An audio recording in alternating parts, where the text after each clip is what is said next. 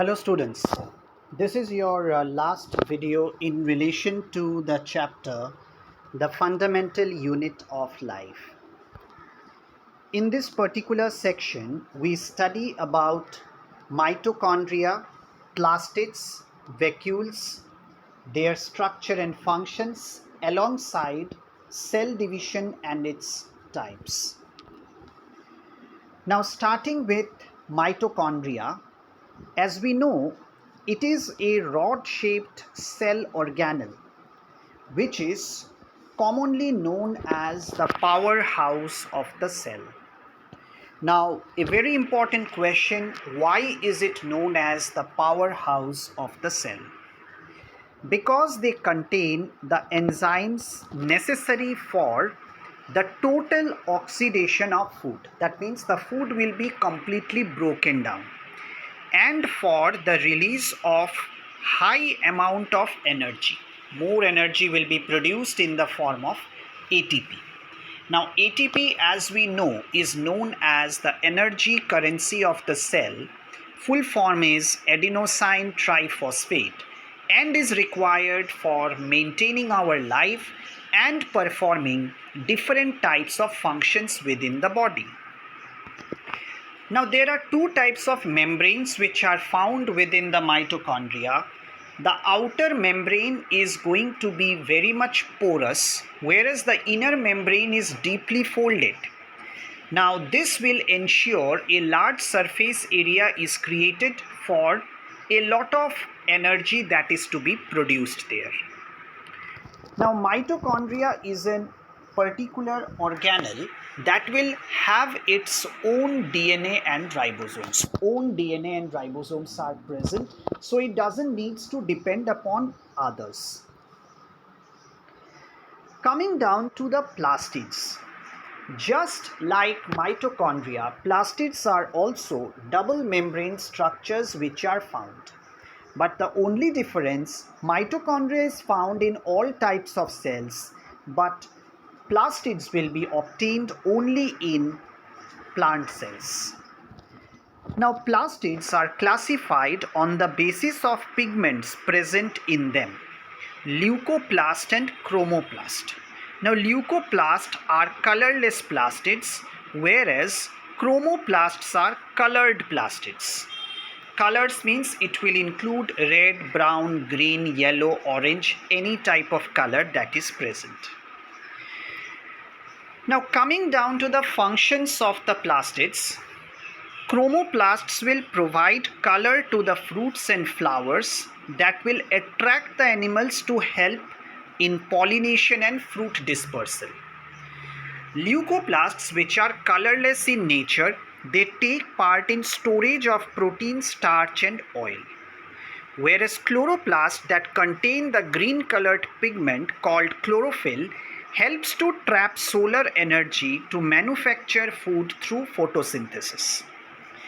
Just like mitochondria, plastids will also have their own DNA and ribosomes. And alongside that, there is a fluid-like material found inside the chloroplast that's called as the stroma, where different membrane layers are present, where exactly the photosynthesis will carry on. Moving down to the vacuoles. Now vacuoles are the storage bags of the cell. Now they are basically large-sized containers found inside the cell, which are quite large in case of plant cells, whereas they are smaller in size in case of animal cells. Now basically they will contain some solid or liquid contents known as cell sap. Now in major cases, the vacuoles are going to maintain the rigidity and the turgidity of the cell. In many cases, there are different types of digestive enzymes also found in it. Now, as we go through each of these particular points, you have to remember that vacuoles are one of those particular organelles which plays an important role in unicellular and as well as multicellular organisms. In unicellular organisms like amoeba, vacuoles will help in storing the excess amount of food, whereas they will also help in expelling excess amount of waste or water that is present within them. Now, as we come across to this particular slide, this shows you about the differences between plant cell and an animal cell. So if you just go through the points here, in case of plant cell, cell wall is present which is absent in an animal cell. Plastids are found in plant cell which is absent. Centrioles and centrosomes are found in animal cells but not in plant cells. Vacuoles are large and less in plant cells, but vacuoles are small and found in numbers in animal cell. Nucleus will lie on one side, whereas in animal cell the nucleus will lie in the center of the cell. The cell is rigid in case of the plant cell, whereas a flexible cell is found in the animal cell. Plant cells are larger in size, whereas animal cells are smaller. On the other hand, the stored food in plant cells is called starch, whereas it is known as glycogen in case of animals. Common points, you can note it down. Finally, coming down to the topic relating to why do cells divide. Now normally cells will undergo division to grow, to repair and replace the dead cells, as well as for asexual and sexual reproduction.